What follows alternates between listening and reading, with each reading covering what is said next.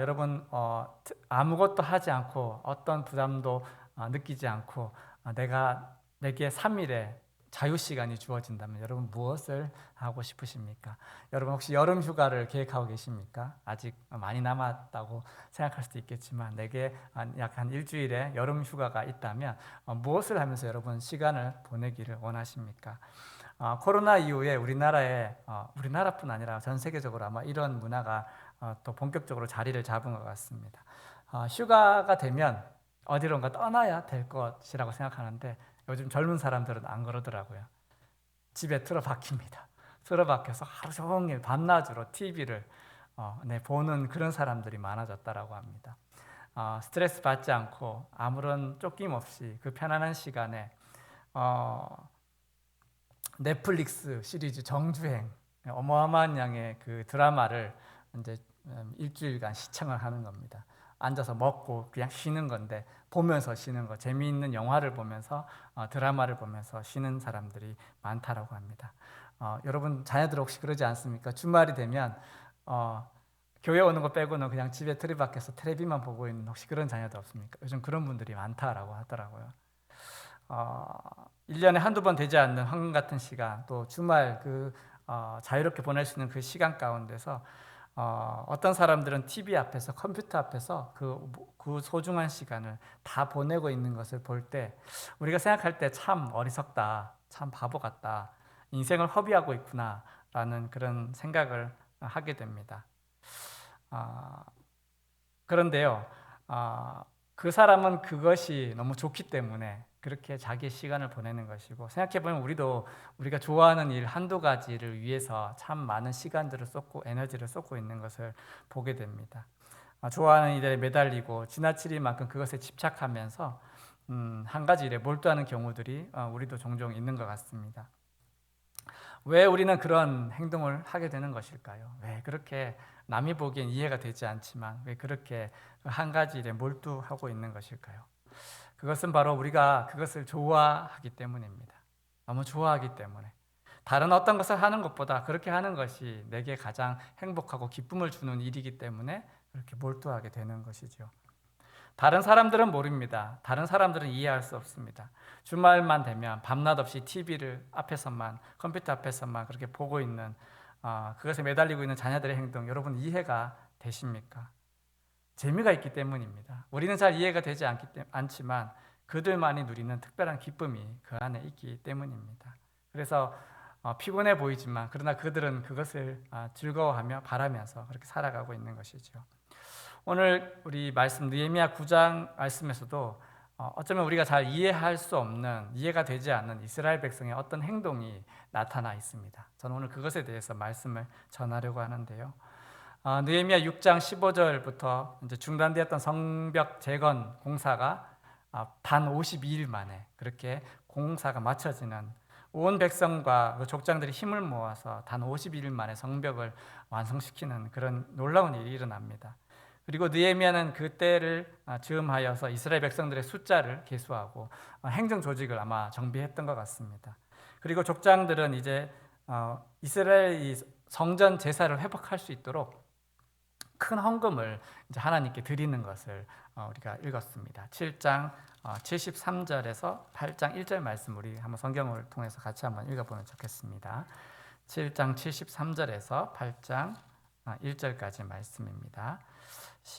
시작. 이와 같이 제사장들과 레위 사람들과 문지기들과 노래하는 자들과 백성 몇 명과 느디님 사람들과 온 이스라엘 자손이 다 자기들의 성읍에 거주하였느니라. 이스라엘 자손이 자기들의 성읍에 거주하였더니 일곱째 달에 이르러 모든 백성이 일제히 수문 앞 광장에 모여 학사 에스라에게 여호와께서 이스라엘에게 명령하신 모세의 율법책을 가져오기를 청하매. 아멘. 백성들의 삶이 안정을 찾게 됩니다. 일곱째 달, 이제 외적의 침입을 막을 수 있는 든든한 성벽이 세워져 있었기 때문에 느헤미야의 통치 아래에서 평화를 누릴 수 있게 된 것입니다. 하지만 백성들의 마음속에는 한 가지 아쉬움이 있었습니다. 한 가지 부족한 것이 있었습니다. 그것이 무엇이었을까요? 그것은 그동안 듣지 못하였던 하나님 말씀에 대한 갈급함이, 그들의 영혼의 갈급함이 있었던 것입니다. 그래서 에스라를 청하여서 율법을 들려달라고 부탁하고 있습니다. 70여 년 포로기 동안 아마 그 전부터 아마 하나님 말씀을 그들 듣지 못했을 것입니다. 그래서 에스라와 그 많은 지도자들을 통하여서 하나님 말씀을 듣게 되는 그 사건이 8장에 기록되고 있습니다. 에스라가 말씀을 선포하면 백성의 지도자들이 그 뜻을 이해할 수 있도록 다시 말해주고 설명하는 그런 놀라운 말씀 집회가 일어나는 것이 8장에 나타나 있습니다. 적지 않은 세월 동안 바벨론 땅에 살면서 이방인들과 함께 살면서 그들은 자기의 말을 잊어버려 갔습니다. 그리고 글도 잊어버린 것 같습니다. 그래서 성경에 있어도 읽지 못하고 들어도 깨닫지 못하는 그런 지경까지 이르게 된 것이죠. 에스라가 선포하지만 그대로 알아듣지 못합니다. 그래서 지도자들이 함께 서서 그 말씀을 번역해주고 설명해주는 그런 일들을 했던 것입니다. 그렇게 말씀을 이제 듣게 된 백성들에게 어떤 일이 일어났을까요? 8장 8절과 9절 말씀을 같이 한번 읽겠습니다. 8장 8절과 9절입니다. 시작. 하나님의 율법책을 낭독하고 그 뜻을 해석하여 백성에게 그 낭독하는 것을 다 깨닫게 하니 백성이 율법의 말씀을 듣고 다 우는지라. 총독 느헤미야와 제사장 겸 학사 에스라와 백성을 가르치는 레위 사람들이 모든 백성에게 이르기를 오늘은 너희 하나님 여호와의 성일이니 슬퍼하지 말며 울지 말라 하고. 아멘. 말씀을 듣고서 그동안 자기들이 얼마나 하나님 뜻에 멀리 떠나 살았었나, 얼마나 하나님 뜻에 어긋나게 살아가고 있었는지를 그들이 깨닫게 된 것입니다. 그래서 온 백성이 하나님 말씀을 들으면서 서서 말씀을 듣고서는 그 자리에서 회개의 눈물을 쏟기 시작하는 것입니다. 또 한편으로는 그 말씀이 들려짐을 통하여서 그 마음의 답답함들이 씻겨져 나가는 또 은혜도 기쁨도 누리게 됩니다. 하나님의 말씀이 선포됨으로써 이스라엘 땅에는 바로 큰 회개의 역사가 일어나게 된 것입니다. 그렇게 7월 15일에서 22일까지 초막절 기간을 지키게 됩니다. 이 기간 동안 놀라운 하나님 은혜를 체험하게 됩니다. 모세가 가르쳐 준 대로 초막을 짓고 낮에는 하나님 말씀 듣고 기도하고 밤에는 초막에서 자면서 낮에는 말씀 듣고 밤에는 초막에서 자고 매일매일 말씀으로 변화되는 첫날부터 끝날까지 말씀 듣고 은혜 받는 그런 복을 누렸던 것이죠. 여기까지가 바로 오늘 9장 말씀의 배경이 되는 부분입니다. 그래, 그렇구나. 잃어버렸던 하나님 말씀을 듣게 되니 이제 이스라엘에 큰 부흥이 일어나게 되었구나. 그런데요, 제가 서론에 말씀드린 것처럼 한 가지 이해할 수 없는 행동을 그들이 하고 있습니다. 15일부터 22일까지 8일간의 초막절 부흥 집회가, 뜨거운 부흥 집회가 있었습니다. 그런데 사람들은 집에 돌아가지 않는 것입니다. 9장 1절에서 3절까지 말씀입니다. 우리 한번 같이 읽겠습니다. 9장 1절에서 3절까지 시작. 그달 29날에 이스라엘 자손이 다 모여 금식하며 굵은 베옷을 입고 티끌을 무릅쓰며 모든 이방 사람들과 절교하고 서서 자기의 죄와 조상들의 허물을 자복하고 이 낮에 낮 4분의 1은 그 제자리에 서서 그들의 하나님 여호와의 율법책을 낭독하고 낮 4분의 1은 죄를 자복하며 그들의 하나님 여호와께 경배하는데. 아멘. 분명히 7월 15일부터 22일까지 초막절 집회가 있었습니다. 너무 은혜를 많이 받았어요. 그런데 그걸로 끝나지 않고 흩어지지 않고 24일, 1절에 보면 24일 날 그들이 무엇을 하고 있습니까? 금식, 회개 기도회를 다시 또 이어가고 있는 것을 보게 됩니다. 7월 1일 그들이 처음 율법을 말씀을 들었을 때 너무 큰 마음의 감동이 있었어요. 울기도 하고 기뻐하기도 했습니다. 그리고 15일부터 22일까지 8일간 이어지는 초막절 집회를 통해서 그들은 큰 은혜를 받았습니다. 그렇다면 이스라엘 백성들이 이제 생업으로 돌아가야 하지 않겠습니까? 이 놀라운 은혜를 체험하고서 뭐가 더 부족해서 뭐가 더 아쉬워가지고 이 사람들이 그대로 남아 있었느냐라는 것입니다. 흩어지지 않고, 그런데 이제는 더욱 금식하면서 굵은 베옷을 입고 티끌을 머리에 뒤집어 쓰면서 더욱 간절하게 회개의 기도를, 회개의 집회를 시작하고 있는 것이 오늘 9장 말씀에 나타나 있습니다. 여러분, 진정한 이 부흥은 인간의 힘으로 시작되지도 않지만 인간의 힘으로 끝나지도 않습니다. 부흥은 전적으로 하나님께서 시작하시는 것이고 하나님이 이끌어가는 것이고 하나님께서 또한 끝마치게 하시는 것입니다. 초막절을 시작할 때, 초막절 집회를 시작할 때 아마 에스라가 우리 8일 동안 절기를 지키겠습니다, 집회를 엽니다 라고 광고하지는 않았겠죠. 그렇지만 8일 동안 한다는 것은 모두가 다 알고 있는 사실입니다. 절기가 끝났어요.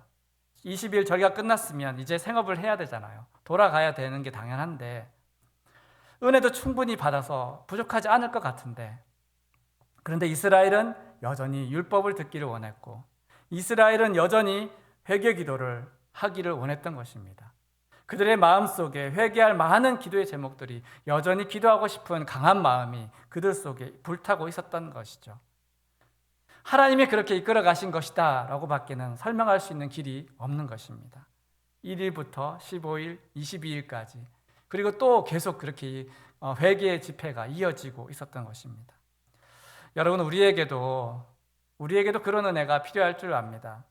한국교회도 그런 은혜가 필요할 줄 믿습니다. 이념과 가치관의 차이 때문에 나는 보수고 너는 진보니까, 나는 맞고 너는 틀렸으니까 우리는 함께 할 수 없다. 10월 27일 우리 연합집회를 보면서 교회가 둘로 쪼개지는 것을 보았습니다. 우리 한국교회가 말씀으로 새로워지는 그 역사가 필요한 때인 줄 믿습니다. 하나님 말씀이 우리 가슴에 바르게 들려지기만 한다면 이렇게 생각의 차이로 인하여서 다투고 갈등하는 일은 없을 것입니다. 오직 한 마음, 말씀 아래에서 하나님 말씀 앞에 온전히 회개하면서 우리 모두 새로워지기를 그렇게 바라면서 뜨겁게 기도하는 일만 그렇게 일어나게 될 것입니다. 그렇습니다. 부흥, 이것은 하나님만이 부어주실 수 있는 것입니다. 왜 회개의 집회가 다시 시작되었을까요? 왜 이스라엘 땅에 흩어지지 않고 또다시 회개의 집회가 이어지게 되었을까요? 그달 초하루부터 시작된 회개가 부족해서였을까요? 아니면 회개할 게 많아서, 해야 할 것이 많아서였을까요? 아닙니다. 회개는 그렇게 되는 것이 아닙니다. 회개하지 않고서는 견딜 수 없기 때문에 그 집회가 이어져 갔던 것입니다. 하나님께서 온 백성의 마음을 강하게 감동시키신 것입니다. 그래서 그들은 이제 말씀 없이는 나는 못 살아요. 말씀 없이는 나 견디지 못하겠어요. 마음대로 살았던 내 과거를 이제 청산하고 싶습니다. 하나님 백성답게 주님 기뻐하시는 인생으로 새롭게 살아가고 싶습니다 라는 그런 진정한 그 결단이, 온전한 결단을 찾는 그 마음이 그들 속에 충만해졌기 때문입니다. 백성들은 본격적으로 회개의 마음을 가지고서 금식하고 굵은 베옷을 입고 티끌을 무릅쓰고 무엇을 하였습니까? 이방 사람들과 절교합니다. 그들의 자녀들을 이방인들에게 결혼시키는, 사돈을 맺는 그런 일을 우리 이제 끊겠습니다. 금전 거래하던 것도 이제 멈추겠습니다. 악한 것들을, 음란한 것들을 사고 팔던 일들을 우리가 멈추겠습니다. 그리고 그들은 기도합니다. 자신들의 죄와 열조의 죄를 하나님 앞에 계속해서 회개하며 나아가기 시작합니다. 여러분, 이것은 하나님 말씀의 힘입니다. 말씀의 힘입니다. 여러분 6시간 부흥회 해보셨나요? 6시간 부흥회. 오늘 보니까 낮에 4분의 1은 4분의 1은 하면서 6시간 부흥회 말씀이 기록되어 있습니다. 낮 4분지 1 동안 약 3시간 동안 율법책을 낭독합니다. 그리고 그 다음 3시간을 또 서서 회개하고 자복하며 하나님께 간절히 기도하고 있는 것을 보고 있습니다. 대략 6시간의 부흥 집회를 그들이 가졌다라는 것입니다.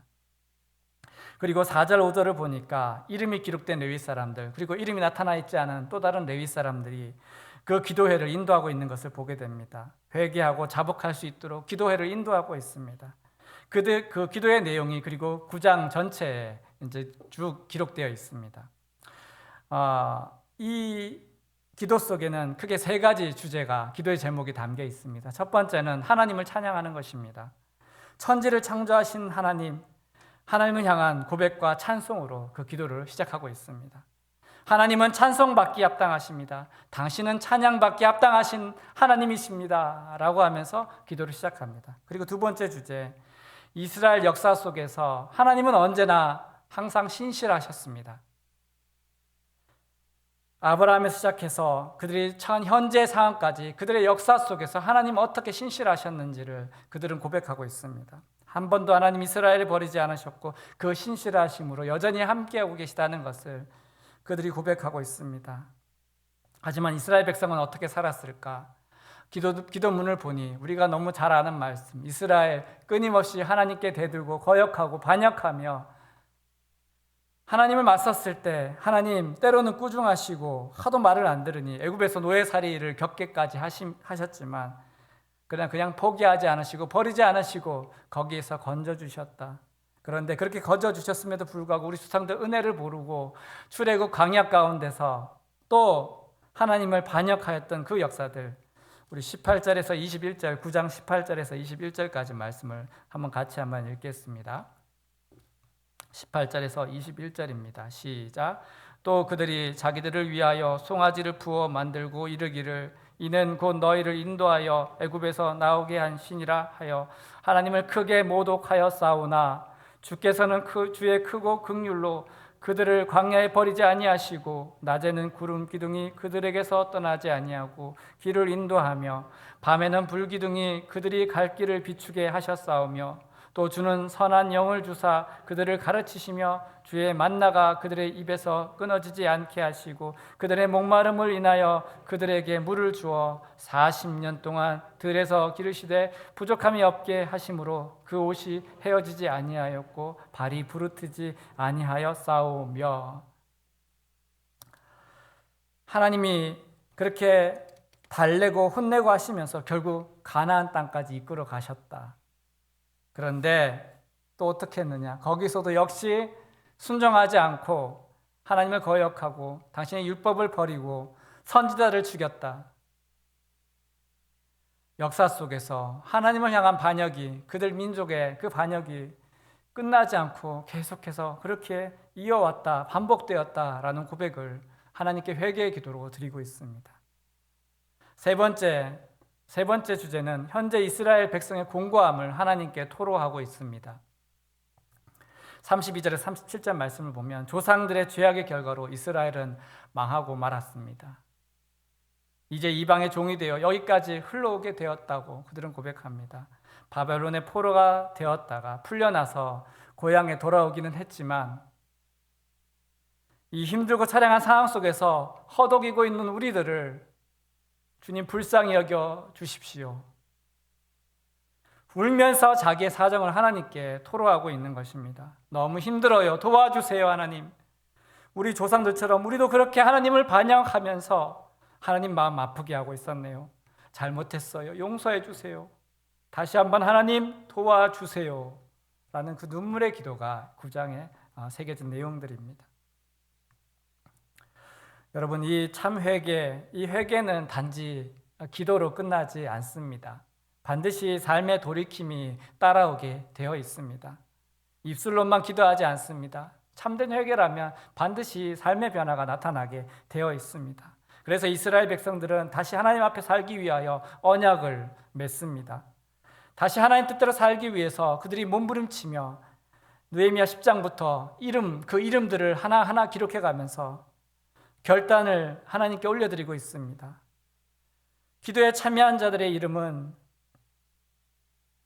그 임봉한 자는 느헤미야와 시드기야, 스라야와 아사랴, 예레미야 10장 1절에서부터 그 이름들을 기록해가면서 우리 자녀들을 이방인과 결혼시키지 않겠습니다. 하나님의 성전에 헌금을 드리겠습니다. 11조를 바치겠습니다. 거룩하게 안식일을 지키겠습니다. 그동안 그들이 지키지 않고 있었던 하나님 말씀이 없어서 지키지 않고 있던 하나님을 반역하고 거역하고 있던 그들의 모든 잘못을 뉘우치고 이제 우리는 하나님 말씀대로만 살아가겠습니다. 그 결단을 담아서 이 기도를 자신의 이름을 새겨서 언약을 임봉하여서 그렇게 하나님께 기도를 올려드린 것을 보게 됩니다. 여러분, 오늘 이 느헤미야서에 기록된 이스라엘의 회개의 부흥의 역사에 대해서 말씀을 드렸습니다.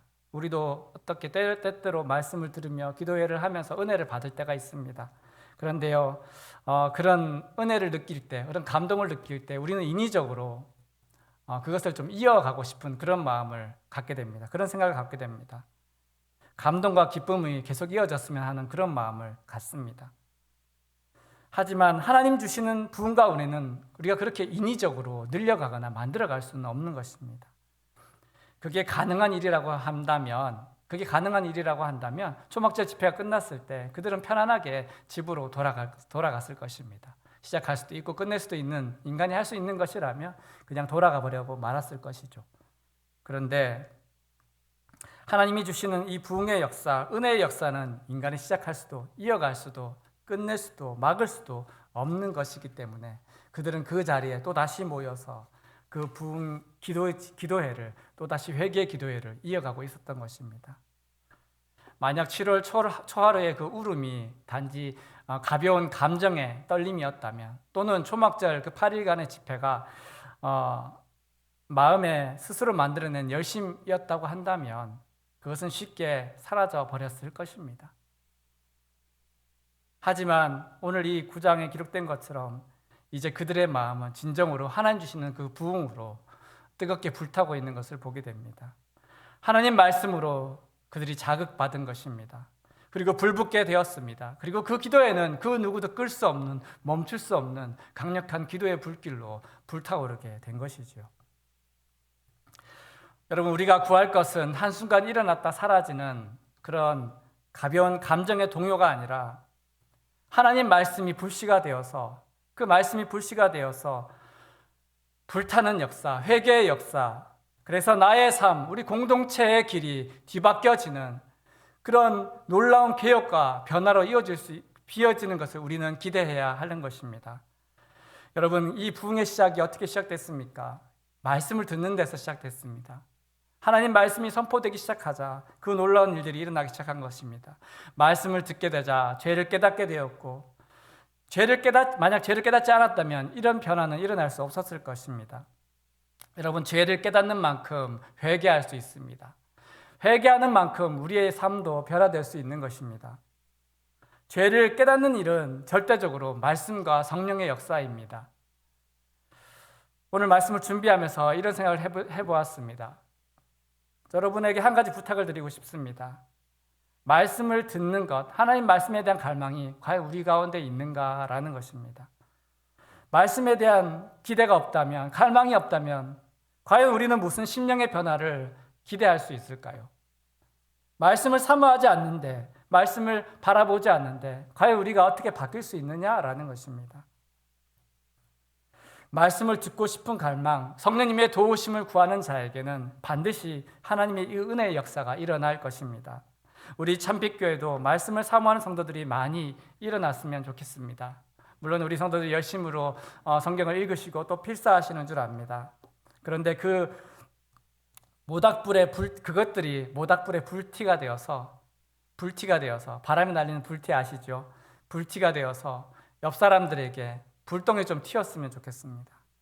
예배드리는 성도들의 마음에 불씨를 그렇게 전달해주고, 그리고 이 불이 퍼뜨리고 또 퍼뜨려져서 우리 참빛교회 전체가 모두가 성령의 강력한 불길로 타오를 수 있기를 간절히 소망합니다. 말씀과 회개의 역사, 인간이 멈출 수 없는, 정말 하나님만 주실 수 있는 그런 부흥의 역사가 우리 교회 가운데 충만하게 일어날 수 있기를 간절히 소망합니다. 우리 찬양하시고